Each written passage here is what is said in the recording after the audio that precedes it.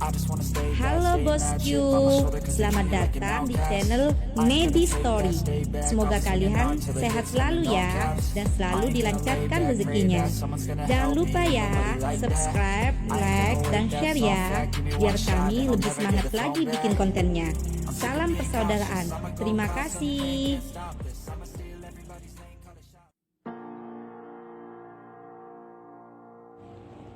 Ancaman dari ibu majikan. Dalam kesempatan kali ini, saya akan berbagi cerita tentang kesulitan ekonomiku hingga keadaan memaksaku untuk merantau ke kota. Aku harus rela meninggalkan anak istriku di rumah. Hati ini sebenarnya berat meninggalkan mereka berdua, tapi apa daya. 2009 tepatnya, tahun yang aku alami saat itu tentang perekonomian keluargaku, di mana aku harus menafkahi istri dan anakku yang masih kecil.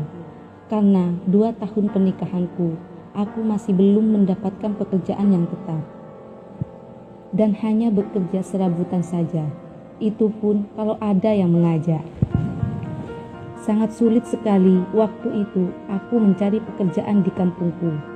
Utang di mana-mana semakin menumpuk. Karena anakku yang masih kecil masih sangat membutuhkan biaya banyak. Karena saat itu anakku harus minum susu formula dan tidak mau ASI dari ibunya. Aku sedih kalau harus hidup seperti ini. Aku kasihan sama istriku yang dulu aku berjanji akan selalu membahagiakannya. Untung saja istriku masih mau menerimaku apa adanya.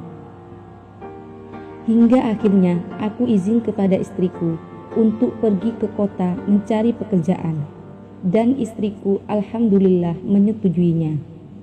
Dengan berat hati pun aku nekat pergi ke kota, meninggalkan istri dan anakku yang masih kecil. Sesampainya di kota, yaitu Jakarta, aku mengadu nasib di kota metropolitan itu.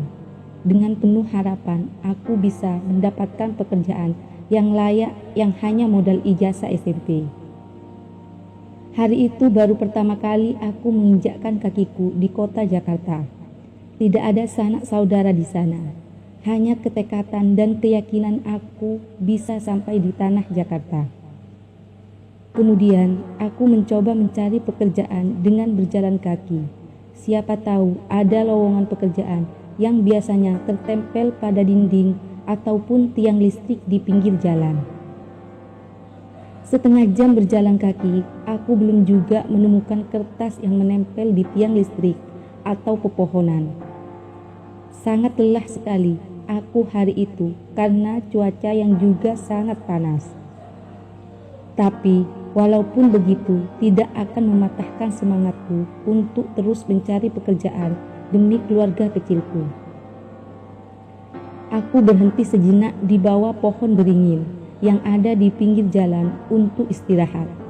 Haus lapar sudah aku rasakan. Tapi melihat isi dompet yang pas-pasan, aku takut untuk masuk ke warung yang berada tepat di belakang sebelah kanan. Aku mencoba menahan rasa haus dan laparku itu. 10 menit kemudian ada sebuah mobil berhenti di depanku dan pemilik mobil itu turun. Seorang ibu-ibu yang belum cukup tua dan masih cantik rapi, sepertinya orang kaya. "Permisi mas, selamat siang. Saya mau tanya, alamat ini di mana ya? Dari tadi saya muter-muter tidak ketemu," tanya ibu itu dengan menunjukkan kertas yang bertuliskan alamat tersebut. "Maaf bu, saya tidak tahu. Saya sendiri baru pertama kali ini di Jakarta. Dan saya ingin mencari pekerjaan di sini, tapi saya belum dapat pekerjaan itu," jawabku. "Sudah keliling dari tadi belum menemukan tulisan lowongan pekerjaan bu," imbuhku. "Jadi mas ini lagi mencari pekerjaan rupanya. Kebetulan mas, saya lagi membutuhkan untuk menjadi sopir pribadi saya, karena saya sudah mulai capek nyetir sendiri. Apa masnya mau jadi sopir pribadi saya?" kata ibu itu. "Oh iya, kenalkan dulu, namaku Yuli. Panggil aja Ibu Yuli," Nama masnya siapa? Tanya ibu itu sambil mengenalkan dirinya. Iya Ibu Yuli, saya mau jadi sopir pribadinya Bu Yuli, karena saya sangat membutuhkan pekerjaan Bu Yuli. Namaku Tony, senang bisa bertemu dengan Ibu Yuli, balasku. Ya sudah, sekarang ikut saya ke rumah ibu ya, kata Bu Yuli. Lah, ibu gak jadi mencari alamat itu tadi, tanyaku. Nanti aja dah, lagian juga gak begitu penting. Kemudian aku pun diajak ke rumah Bu Yuli. Di dalam perjalanan kami pun ngobrol dan Bu Yuli banyak bertanya kepadaku. Mas Tony sudah berkeluarga? Tanya Bu Yuli padaku. Sudah Bu, sudah punya anak 1, sahutku. Ya ampun, masih muda banget loh, kirain Mas Tony belum nikah. Karena kulihat dari raut wajah masih sangat muda loh. Umurmu berapa sih Tony? Tanya Bu Yuli lagi. Hehehe, iya Bu, karena kalau nggak nikah muda nanti kasihan sama anaknya. Bapaknya sudah tua, masa anaknya masih kecil. Aku pun nyampe di rumah Bu Yuli yang tidak kusangka. Ternyata Bu Yuli orang yang super kaya.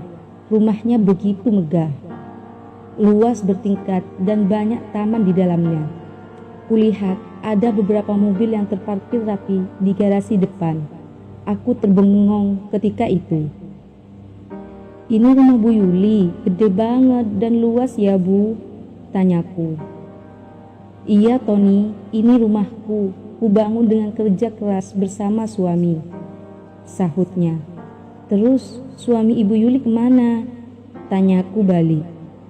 Ada di dalam, ayo masuk dulu, saya kenalin dulu sama suamiku, ucapnya. Kemudian aku masuk bersama Bu Yuli menemui suaminya. Sesampainya di dalam dan Bu Yuli memanggil suaminya dengan sebutan papi. Setelah itu keluarlah sosok laki-laki yang sudah agak tua dengan duduk di kursi roda. Sangat jauh sekali dibanding sama Bu Yuli yang masih kelihatan muda. Itu suamiku Mas Tony. Aku sedikit enggak percaya bahwa itu suami Bu Yuli. Selamat siang Pak, saya Tony, sapaku pada suami Bu Yuli. Siang juga Mas Tony, jawabnya terbata-bata. Dan Bu Yuli langsung menjelaskan kepada suaminya bahwa aku akan dijadikan sopir pribadinya, dan suaminya pun langsung setuju. Maaf Bu Yuli, kalau boleh tahu suami Ibu Yuli sakit apa ya? Tanyaku. Dulu pernah mengalami kecelakaan yang mengakibatkan kelumpuhan permanen. Ya ampun, kasihan ya Bu, kataku. Ya begitulah Mas Tony, semua sudah ditakdirnya. Jadi ibu harus mencari perawat untuk mengurusnya. Karena gak mungkin saya yang ngurus, soal saya juga ngurus perusahaan, jelasnya. Singkat cerita, setelah 1 bulan bekerja semua masih baik-baik saja dan normal. Tapi seiring berjalannya waktu, keadaan itu berubah. Diam-diam Bu Yuli suka sama aku, yang langsung diucapkan di depanku. Aku kaget ketika itu. Tiba-tiba Bu Yuli mengatakan itu, padahal sebelumnya tidak ada tanda-tanda bahwa Bu Yuli suka padaku. Lalu aku pun membicarakan hal ini dengan Bu Yuli di saat makan siang. Maaf Bu Yuli, apa Bu Yuli nggak salah dengan yang ibu ucapkan tadi? Tanyaku. Tidak Mas Tony, saya serius suka sama Mas Tony. Karena baru sekarang saya menemukan sosok laki-laki baik seperti Mas Tony, katanya. Tapi Bu, saya kan sudah beristri dan punya anak. Saya tidak peduli Mas Tony, yang penting Mas Tony harus bisa menuruti permintaanku. Karena saya majikanmu, jadi semua yang aku minta, Mas Tony tidak boleh menolaknya. Kalau sampai itu terjadi, Mas Tony tahu sendiri akibatnya. Dan gaji Mas Tony akan saya naikkan 3 kali lipat kalau mau menuruti permintaanku. Tolong pikirkan baik-baik, jelas Bu Yuli. Aku bingung, waktu itu Bu Yuli akan memecatku jika aku menolaknya. Tapi aku butuh pekerjaan ini demi keluarga kecilku. Tapi di sisi lain, aku telah mengkhianati istriku. Pilihan yang sangat sulit bagiku. Aku bekerja sekaligus jadi selingkuhan majikanku sendiri. Baik Bu Yuli, nanti akan saya pikirkan lagi, kataku. Berhari-hari aku terus memikirkan masalah ini. Yang akhirnya aku tetap memilih pekerjaan ini dan rela menjadi selingkuhan Bu Yuli. Aku tahu aku berdosa sama istriku. Tapi semua ini demi perekonomianku di rumah yang selalu kekurangan. Yang penting aku masih setia pada istriku.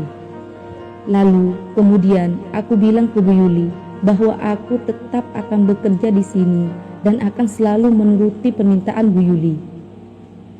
Bagus begitu dong, jangan banyak mikir, kan juga demi anak istrimu. Saya cuma ingin kamu jadi pengganti suamiku sementara.